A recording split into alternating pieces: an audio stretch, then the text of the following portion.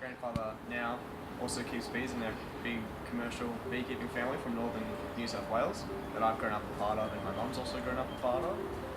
And so we were selling our family's honey through the farmers market at Canberra because we wanted to expose the Canberran public to different flavours of honey and the different types that you can get, and real honey as well that isn't heat treated, it's pure.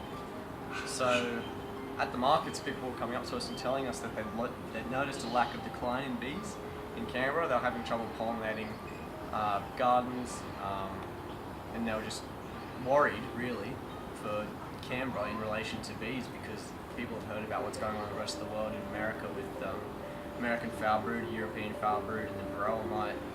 You know, it's pretty dire situations over there, and I guess we started to worry as well if, you know, to some extent maybe Canberra was headed for a bee crisis. And I'm not trying to sound doomy and gloomy or anything. Like, we didn't think there's a bee crisis in Canberra, or there was going to be a bee crisis in Canberra, but there was definitely a decline in bees over the year that people had noticed. And so at first we kind of brushed them off and said, oh well, maybe that wild hive in the area died, or, you know, maybe they planted it incorrectly, you know, something. We kind of brushed it off and didn't think too much about it. But over the years, more and more people started to come to us, and we noticed that it was getting worse and worse. So yeah, because we've been doing the markets for 4 years, over those 4 years we got a large total amount of people telling us they're having problems, but the amount of people telling us, you know, increased pretty substantially. So we decided that this is something that we can help with. As a family of beekeepers, we have the skills, we have, you know, we have the traits and the skills and the knowledge to be able to try and prevent something, you know, from getting worse. We thought we could help out, but we don't have much money. You know, it's quite expensive to bring in bees, to keep them, to buy hives and stuff. So we came up with a plan to organise a Kickstarter or a possible campaign, like a crowdfunded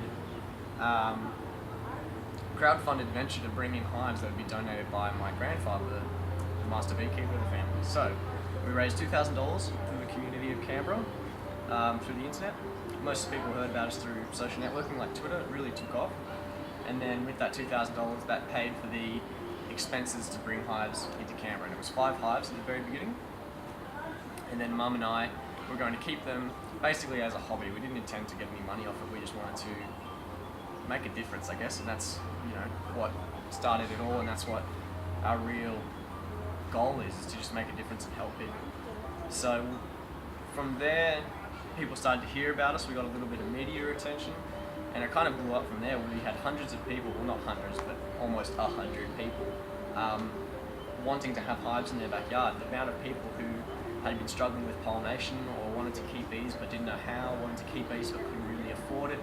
Everyone put their hands up now that they knew that it was happening. And so we kind of realized, well, you know, we want to do this, we want to continue to do this, we want to, you know, be able to supply local honey to people, we want to help people with pollination, but again, you know, we can't keep more than 5 hives for free, really. I mean, we're busy people. I was still in school at the time. I was getting called out of school to go and collect swarms and, you know, that kind of thing. But yeah, so we thought, well, maybe we'll change Canberra Urban Honey. We'll shift it from a crowd-funded community project and try and develop it into a small business that's still, you know, I guess I kind of call it a self-sustaining small business, because again, we're not out for profit. We just want to be able to do what we do. And so from there, we've been selling our honey, and we've been bringing more hives into Canberra, and up to 25 now, 25 hives, and hopefully by the end of this year it'll be 50. So yeah, it's just going up and up, and I love it. So this is a pretty standard setup for Canberra. People have a few garden beds, some chickens, and you know, they want to grow their own vegetables, they want to be able to supply their own food, that kind of thing. It's fun, it's, you know, self-sustaining, but you know, people do struggle with that. Gardening isn't easy, and if you have a lack of bees in the area and a lack of pollination, bees aren't the only thing that pollinate, but they're, you know, pretty good at it.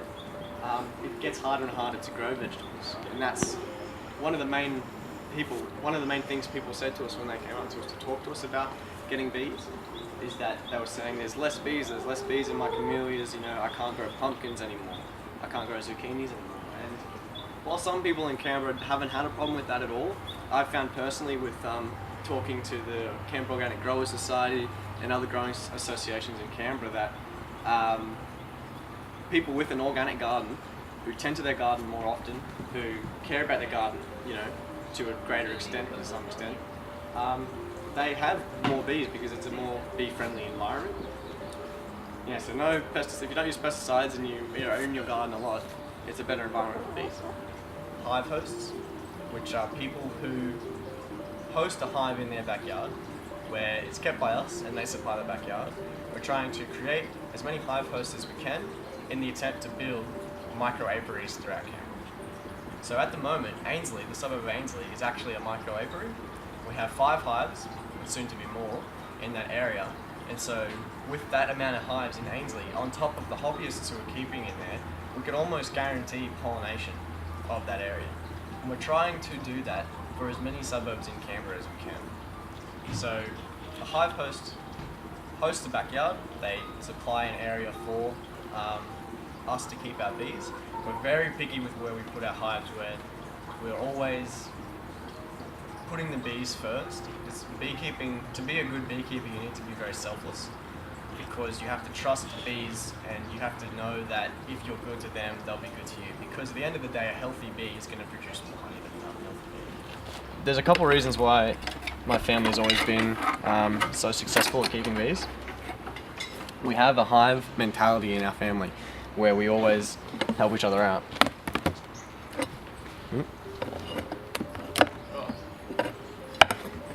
You got some frame stuff.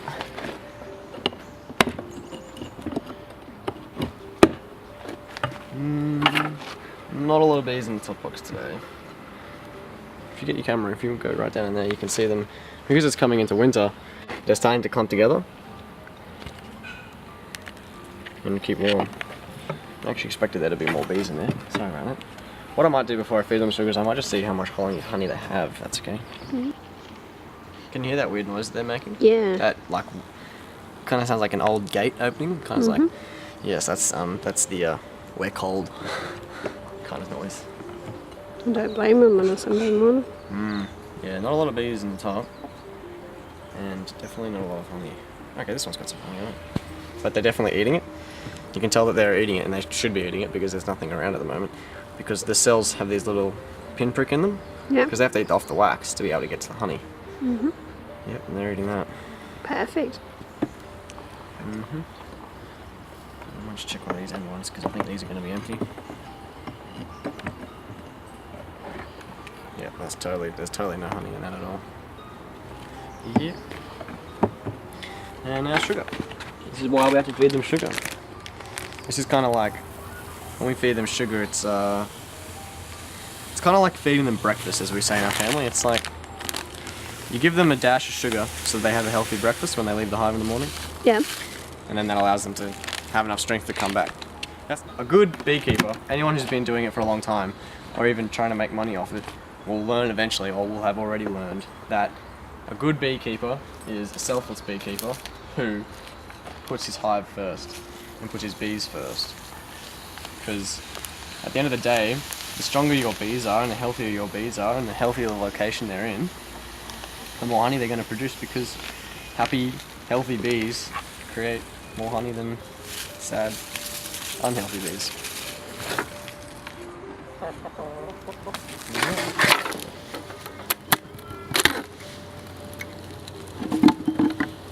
A lot of water on it.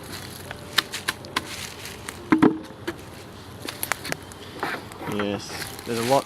If you look down like on the other hive, there's a lot more bees. The clump in the other hive was about this big. This one's about this big. Well, I'm all buzzing around. Yeah. Come and check us out. They won't hurt you unless they think you're a flower.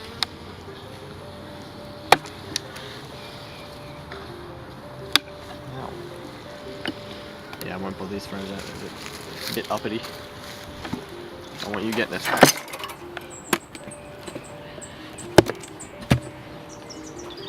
Oh man, that's a lot of water. Yep, this one looks like it's doing about the same.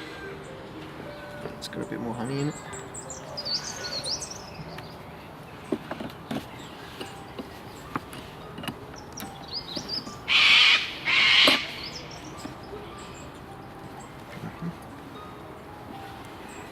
God, I'm going to look like such a noob to anyone who knows what they're doing with beekeeping. There we go. That's a frame of honey. Wow. They haven't started eating it yet. Yep. So they're doing a lot better. If they haven't started eating that, then they must be getting nectar and stuff, and they're eating it from the bottom instead, which is good.